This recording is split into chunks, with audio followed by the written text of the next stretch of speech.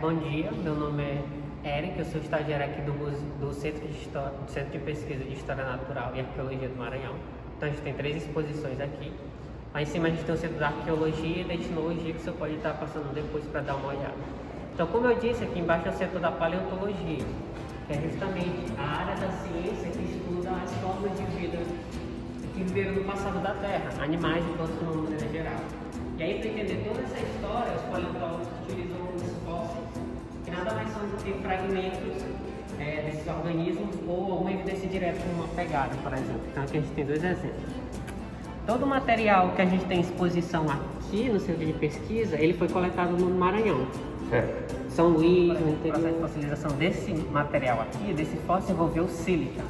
Vocês dá para captar, mas tem uns grãozinhos brilhando, é justamente da areia. Certo. Então a sílica compõe areia, por exemplo. E essa outra peça aqui, que é o osso de dinossauro, a fossilização dele envolveu ferro, por isso ela tem coloração meio avermelhada. Dá para reparar também que esse material, ele é fragmentado, então muitas vezes a gente não consegue identificar de que animal ou planta ele vem diretamente, apesar de conseguir dizer que é um tronco, né? Provavelmente uma conífera aqui nesse caso. Dá até para ver as linhas de crescimento aqui, ó. Tem umas linhas de crescimento, provavelmente um tronco de conífera. E aqui provavelmente um fragmento de um osso longo do corpo do animal, mas também não dá para dizer com exatidão que osso e que animal. Em outros casos a gente tem materiais mais complexos, que é o caso aqui do Amazonsaurus maranhense. O fóssil em si dele não tem exposição aqui. Isso acontece porque quando a gente recuperou o material, no Maranhão não tinha toda essa estrutura e nem pesquisador para estudar. E aí ele foi levado para o Rio de Janeiro e o trabalho foi realizado lá. Então o material está guardado no Museu Nacional. O Amazonsaurus ele faz parte do grupo dos saurópodes, que são esses dinossauros pescoçudos que se alimentam de vegetais. Se a gente quiser ser mais específico, ele faz parte do grupo dos diplodocentes, que são um grupo de saurópodes que são caracterizados por essa cauda um pouco mais longa. Dá para reparar, né? Que a forma parece até uma fita. Então, aqui no centro de pesquisa, a gente tem a exposição de uma série de materiais de saurópodes. Então, se a gente não observar aqui, ó, a gente tem várias vértebras caudais, como o nome indica, né? Vértebras da cauda. A gente tem também a exposição aqui de uma tíbia. Então, a tíbia é esse osso da perna aqui, ó. Certo. Frontal assim, né? Exato. Vulgarmente na canela, né? Exatamente. E a gente tem o húmero, que é o osso do braço do animal. Então o número de uma pessoa tem um pouco mais de um palmo, né? Se a gente comparar com o número do animal. Enorme. Então tem alguns desses indivíduos que podem atingir até 20 metros de comprimento, né? Da ponta do focinho à cauda. Ou seja, nem caberia no prédio aqui do centro de pesquisa. São animais enormes. Tem a exposição de outro grupo de saurópoda, o titanossauro. Então o titanossauro também faz parte do grupo dos saurópodes, então são esses dinossauros pescoçudos que eu falei, mas ele difere lá do diplodocente pela cauda também. Se a gente reparar, a cauda dele é bem menor, ela não forma aquela espécie de fita. O pescoço dele tende a ser mais alongado, então tem que ser animais maiores mesmo. Só que, de uma maneira geral, o material de titanossauro aqui do Maranhão ele é mais raro, tanto que a gente não conseguiu achar nenhum material para criar uma espécie nova, que contrasta com os diplodocentes, que eram bem mais comuns. Dá pra gente reparar também que os dentes deles, né? Então, apesar desses animais serem enormes, repara que os dentes deles são bem pequenininhos. Isso acontece por causa da dieta deles. Eles se alimentam de vegetais, então eles não precisam de dentes muito robustos. Que contrastaria, por exemplo, com os dentes dos carnívoros. Isso aqui é de verdade? Tudo verdade? Todo o material osso desse animal. Como a gente tem um material muito fragmentado aqui, a reconstituição dele baseia-se em comparação com materiais de outros locais. Então, na África, a gente tem materiais mais complexos. E a gente consegue identificar a existência deles. Então, como eu estava falando lá, se a gente contrastar, por exemplo, o dente de um herbívoro com um animal carnívoro, aqui a gente consegue ver a diferença, né? Então, esses são dentes de Carcharodontosauro, que é um dinossauro carnívoro. E aí ele podia atingir uns 12 metros de comprimento. Apesar de eles serem menores que os saurópodes, os dentes deles são bem mais robustos, parecem lâminas. Então, esse animal aqui as pessoas comumente confundem ele com o T-Rex.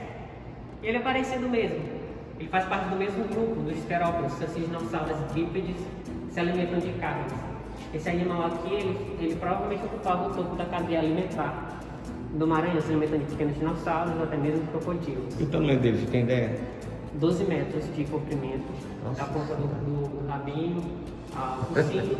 De altura ele deveria ter uns 4 metros, Muito grande. ou seja, 2 de mim, que é enorme.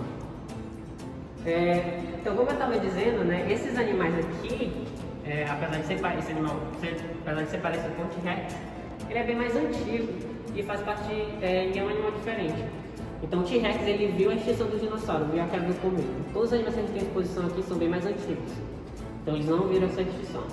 Ele pode até dizer grosseiramente que aqui a gente tem um avô do Tiranossauro Rex. Entendi. Dando seguimento, pode passar lá para a nossa pergunta. É uma outra geração, né? Vamos dizer assim. Espécie. Exatamente. Aqui a Vamos gente pegar as fotos depois. tem um espinossauro. Então ele faz parte do mesmo grupo ali do Carcharodontosauro, do T-Rex, dos Velociraptors, que são os terópodes. Só que ele é bem diferentão, dá pra ver que na foto dele a gente tem novela, o crânio dele é mais alongado. Então isso acontece porque esse animal ele tinha adaptações para viver boa parte da vida dele na água. Imaginei. Inclusive ele se alimenta de peixes, então se a gente observar os dentes deles, né, parecem lanças. Esses dentes são muito parecidos com dentes de crocodilos, o que é mais indicativo que ele se alimentava de peixes. Não só isso, na Europa o material de espinossauro foi encontrado em escama social ao estômago, então de fato eles se alimentam de peixes, até para ver que os dentes deles são enormes. Então, dentro do grupo dos terópodas, esse é o maior dinossauro conhecido, sendo maior até mesmo que o T-Rex, atingindo os 17 metros de comprimento. Nossa Senhora. Então, para alimentar um animal desse, de fato a gente tem que aqui ter no Maranhão peixes enormes. E de fato isso acontecia. Só que antes de a gente dar prosseguimento, um negócio curioso é que boa parte do material que a gente encontra aqui, ele também ocorre na África. Inclusive eles foram descobertos na África. Então o espinossauro foi descoberto na África, o Carcharodontosauro foi descoberto na África, alguns peixes que a gente tem aqui foram descobertos na África. Isso acontece porque no período onde eles viveram, na verdade precedendo o período onde eles viveram, os continentes estiveram unidos. A América do Sul e a África. Colado. E inclusive a gente tem a Constituição ali. No período onde esses animais aqui viveram, por exemplo, a gente já tinha a separação dos continentes, né, da América do Sul e da África, mas era bem recente. Então isso explica porque a fauna de uma maneira geral é bem parecida, de dinossauros, de plantas e de peixes de uma maneira geral. Então, dando prosseguimento, como eu disse, de fato aqui tem peixes enormes. E aqui é um exemplo de uma raia espardate. Nossa Senhora. As raias e os tubarões, elas fazem parte dos grupos dos peixes cartilaginosos, que são constituídos do mesmo material que forma nossa orelha, por exemplo.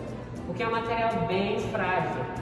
Então, dificilmente o corpo dele se fossiliza. A única estrutura que se fossiliza do animal é o chamado os dentes rostrais, que é essa estrutura da frente, né? Parece uma serra. Então, esse é o único material que a gente consegue recuperar aqui no Maranhão e reduzir a existência dessa raia. A gente tem uma diversidade também muito grande de peixes aqui no Maranhão. Então, a gente tem exemplos de pequenos dontiformes, lepidontes, dá até para ver as escamas deles aqui foram recuperadas. Então, através dessas materiais, a gente consegue deduzir a existência deles. Certo. Tubarões de água doces, né, ibidontiformes. A gente tem mais raias espardates. Temos exemplos também aqui de uma tartaruga, que obviamente não é peixe, e o malsone. Esse peixe aqui é bastante curioso. Ele é um selacanto, e aí um adulto, Certo. ele podia atingir 4 metros. Nossa. Então isso aqui não seria uma constituição de um adulto. Então era um peixe enorme. Meu Deus. Outro peixe curioso também é o dipnoide. Esse peixinho aqui, ele é um peixe pulmonado, ou seja, ele respirava ar que nem a gente. Ele tem as guerras para respirar debaixo da água, mas também respirava ar. E esse grupo ainda existe e ele é encontrado em regiões onde você tem secas. Ou seja, ele indicava aqui que no Maranhão você também tinha secas. Não só isso, mas o tamanho dos peixes que são encontrados aqui indica que tinha um grande rio cortando no Maranhão. Essa maquete aqui é bastante curiosa porque a gente consegue perceber a relação de tamanho das plantas e dos animais. Então a gente vê essas grandes coníferas, até por isso que os saurópodes têm esse pescoço mais alongado, justamente para atingir essa vegetação mais alta. Mais embaixo a gente tem as samambaias que eu falei, né, as pteridófitas de tamanho de coqueiros, por exemplo. Então a gente consegue ver os animais em seu habitat natural. Carcarabidosauros, saurópodes, carcarabidosauros, também os dinossauros aqui à beira de um rio. Então, como eu estava falando, aqui é um centro de pesquisa, né? Então, a gente está mostrando aqui é o resultado do nosso trabalho, está registrar ele. Toda instituição especializada tem um chamado livro de tombamento, que é o que a gente tem em exposição aqui. Então, aqui o centro de pesquisa tem, a UFMA também tem, a UEMA, o Instituto Federal, que trabalha com esse tipo de material, tem esse livro de tombamento. Então, todo o material que a gente recupera, a gente dá um código, como se fosse um CPF, e registra nesses livros. E aí, se o material for muito importante, a gente acaba realizando um trabalho sobre ele, criando um artigo e publicando numa revista científica. Então, aqui a gente tem a exposição também de alguns dos nossos artigos, né? Que foram publicados com material aqui do Maranhão. Então, esses trabalhos, dá até para ver que está em português, porque são dos primeiros trabalhos que foram publicados com material daqui. Atualmente, todos os trabalhos são realizados, são escritos em inglês, para aí pesquisadores do mundo todo terem acesso. E aí, se eles tiverem interesse por algum material daqui, quiserem realizar algum estudo, eles podem entrar em contato com a gente. E de vez em quando isso acontece, que foi o caso do espinossauro. Então, o pesquisador da França, ele tinha interesse em saber se os espinossauros de fato passavam mais tempo na água ou em terra. E aí tem um estudo que dá para fazer com a composição química dos dentes deles. E ele entrou em contato com a gente e a gente enviou o material para ele. Mas mais frequentemente, a gente realiza convênios com pesquisadores do sul do país, universidades do sul do país. Principalmente Rio de Janeiro, São Paulo, mas também Rio Grande do Sul, Espírito Santo e mais recentemente, por exemplo, Tocantins. Isso acontece até porque a gente não tem especialistas para estudar todos os grupos, né? Então dá para ver que a gente tem dinossauros, muita coisa. Peixes, plantas, e aí a maioria dos nossos especialistas eles estudam dinossauros e alguma coisa de peixe. Então, se a gente encontrar muito material de peixe e planta, por exemplo, a gente tem que entrar em contato com pesquisadores de outras universidades para realizar o trabalho. Isso de fato acontece. E aí, só para encerrar, Muito legal. a gente pode mostrar aqui essa peça aqui, que é uma das mais chamativas que a gente tem, que é o Carcharodontosaurus. Então, se a gente observar o tamanho dessa área de extensão, apesar de ela ser enorme, né, de 7 metros, de uma ponta a outra, isso não seria o tamanho de um adulto, seria mais o tamanho de um juvenil. Nossa. Então, um adulto ele podia atingir uns 12 metros, talvez uns 14 metros. Então, dá para ver o tamanho da criança, né? Apesar de que a cabeça aqui está aumentada. Certo. Mas dá para ver a corpulência desses animais. Então é basicamente isso. Muito bom, velho.